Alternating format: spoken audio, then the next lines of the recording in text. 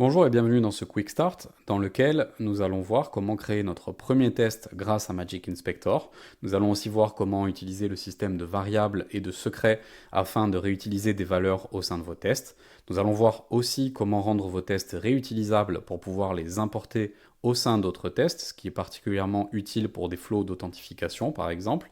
Et enfin, nous allons voir comment programmer vos tests pour qu'ils puissent se lancer automatiquement et aussi configurer des alertes pour que vous puissiez être informé lorsque vos tests échouent. Donc c'est parti, nous allons créer un premier test. Imaginons que pour ce premier test, je veuille tester le flow d'authentification de Magic Inspector qui tourne sur magicinspector.com. Je vais donc créer un premier test que je vais appeler I can authenticate. J'ai l'habitude d'écrire mes tests en anglais, mais vous pouvez les écrire dans n'importe quelle langue. D'une manière générale, ça fonctionnera de la même manière. En URL, je vais ajouter magicinspector.com et je clique sur Create Test. À partir de là, nous sommes dans notre interface d'édition de test. Vous voyez dans le panel de gauche que vous allez pouvoir éditer les instructions et donc les étapes de chacun de vos tests. Et dans le panel de droite, vous allez voir que se situe tout ce qui est relatif au visuel et tout ce qui va vous donner d'une manière générale des instructions sur vos tests et ce qu'il est en train de se passer. Donc, nous allons commencer par choisir le type de notre première instruction. Vous voyez que vous avez le choix entre plusieurs types d'instructions. Ici, on va commencer par un wait for delay qui va nous permettre d'attendre un certain nombre de temps. Donc, nous allons démarrer avec un wait for delay de 1000 millisecondes, soit 1 seconde. Et nous allons cliquer sur le bouton Run Full Scenario qui va nous permettre de lancer notre test. À partir de là, vous allez voir que le panel de droite va commencer à s'activer. Vous verrez en bas à droite l'ensemble des logs qui vous indique ce que l'IA et Magic Inspector est en train de faire sur votre site, et à droite, la screenshot qui vous indique l'état en permanence de votre site internet. Ici, on voit que le test est en succès, on a bien la page qui s'est ouverte, et on peut continuer notre test. Ce qu'on va vouloir faire, c'est cliquer sur le bouton Sign In qui se situe ici, et ensuite remplir le formulaire d'authentification. Donc on va faire ça tout de suite en ajoutant une première instruction en cliquant sur le bouton plus. Ici, on va utiliser une instruction de type clickElement et tout ce qu'on a à faire, c'est d'écrire l'élément sur lequel nous voulons cliquer en langage naturel. Je vais donc dire the sign in button. J'ai l'habitude de décrire mes instructions en anglais, mais vous pouvez le faire dans n'importe quelle langue. D'une manière générale, si c'est des instructions complexes, ça fonctionnera un petit peu mieux en anglais, mais n'hésitez pas à tester dans votre langue si vous avez une préférence. Pour l'instant, on ne va pas s'occuper de ces fonctionnalités ici à droite qui nous permettent d'activer ou désactiver l'IA et qui nous permettent aussi de changer le type d'IA que nous utilisons.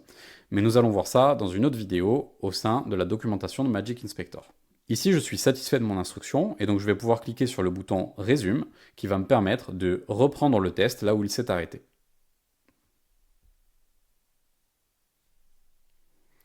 On voit que l'IA redémarre et qu'elle a bien entouré le bouton que je souhaite cliquer. Elle va cliquer dessus et mon test va continuer. Je suis à présent bien sur la page de login. Sur cette page, je vais donc pouvoir ajouter 3 instructions intéressantes. La première sera un fill input qui va me permettre de remplir le champ email. La deuxième sera un fill input qui va me permettre de remplir le champ mot de passe. Et la troisième sera un click element sur le bouton login pour me connecter. Je vais donc faire ça tout de suite. Je vais d'abord ajouter une action de type fill input. En description, je vais donc devoir ajouter une description en langage naturel qui me permet d'identifier le champ email. Donc je vais ajouter de email input. Valeur à assigner, je vais peut-être vouloir lui passer un email comme ceci. Mais ce qui sera encore plus intéressant, ce serait de lui passer une variable. Ce sera d'autant plus intéressant que je pourrai réutiliser cette valeur au travers de l'ensemble de mes tests, et ce sera aussi intéressant notamment pour les mots de passe, ou en tout cas les variables qui sont sécurisées, puisque je vais pouvoir les stocker sous forme de secret. Je vais donc plutôt cliquer sur ce bouton, qui est le bouton des variables. Vous voyez ici que je n'ai aucune variable pour le moment, mais je vais pouvoir cliquer sur Create a new variable pour créer une nouvelle variable. Je vais l'appeler User Email. Lui attribuer une description et lui attribuer une valeur. Et je sauvegarde ma variable. Une fois que je l'ai sauvegardée, je peux l'utiliser dans mon champ. Je vais en profiter pour créer une variable pour mon mot de passe qui sera de type secret. Je refais la même opération, Create a new variable. Cette fois, je vais sélectionner secret. La différence principale entre les variables et les secrets sont que les secrets sont encryptés en base de données, ne sont jamais transmis à une API tierce et ne sont pas non plus affichés dans les logs.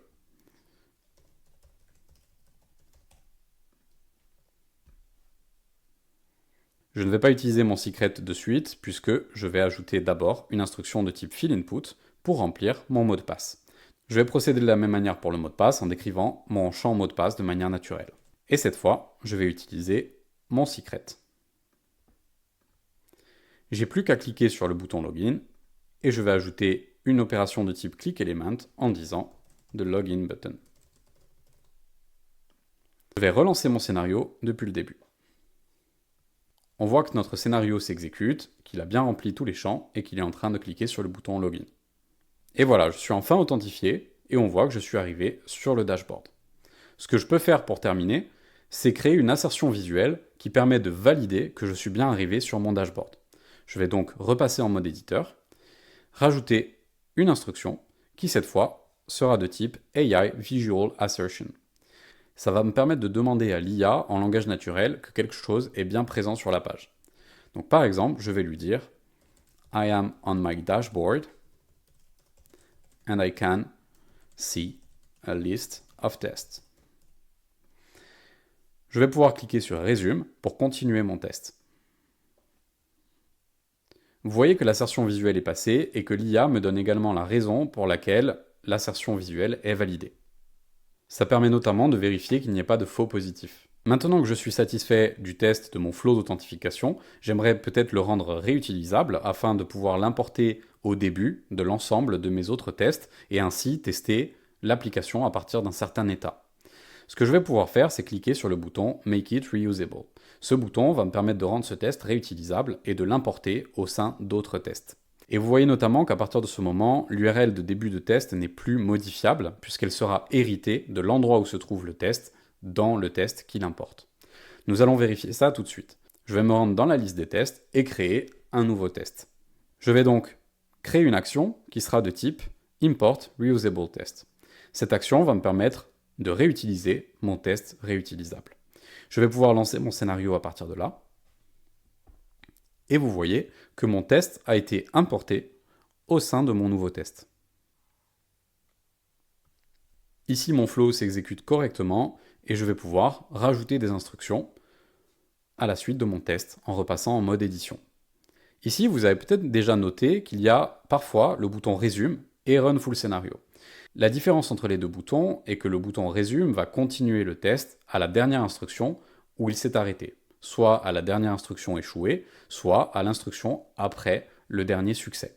Ce bouton Résume est disponible pendant 2 minutes après la dernière exécution de votre test dans l'éditeur. Il vous permet de ne pas avoir à redémarrer votre scénario depuis le début pour pouvoir ajouter des instructions facilement. Ça vous permet donc d'itérer sur vos tests très facilement et efficacement. Imaginons que je veuille supprimer cette instruction, je peux simplement cliquer sur le menu et supprimer l'instruction. Une fois que je suis satisfait de mon test et que je veux le programmer pour qu'il se lance automatiquement, je vais pouvoir le programmer dans des suites. Je vais donc cliquer sur le bouton Schedule in a suite et à partir de là, je vais pouvoir créer ma suite. Donc par exemple, My First Suite. Je peux choisir deux comportements, le comportement manuel ou programmé. En comportement manuel, vous devrez lancer votre suite manuellement. En comportement programmé, vous allez pouvoir configurer l'intervalle à laquelle la suite va se lancer, ainsi que les heures ou les jours à laquelle elle se lancera. Imaginons que je veuille lancer mes tests du lundi au samedi, mais pas le mardi, de 8h à 5h, et toutes les 2 heures. Je vais cliquer sur Create, et félicitations, nous avons créé notre première suite, et nous allons pouvoir ajouter ce test à cette suite. À partir de là, vous voyez que j'ai déjà 2 suites dans mon compte. Je peux désactiver cette suite puisqu'elle n'est plus utilisée et je peux voir que cette suite possède un test. Je vais pouvoir l'éditer pour lui rajouter d'autres tests ou pouvoir changer son comportement à tout moment. Lorsque cette suite va se lancer, que ce soit manuellement ou automatiquement, elle va déclencher tous les tests qui sont au sein de cette suite. Vous pouvez ajouter autant de tests par suite que vous voulez. Maintenant que ma suite est programmée, la prochaine étape est de configurer une alerte pour pouvoir être informé lorsque mes tests échouent.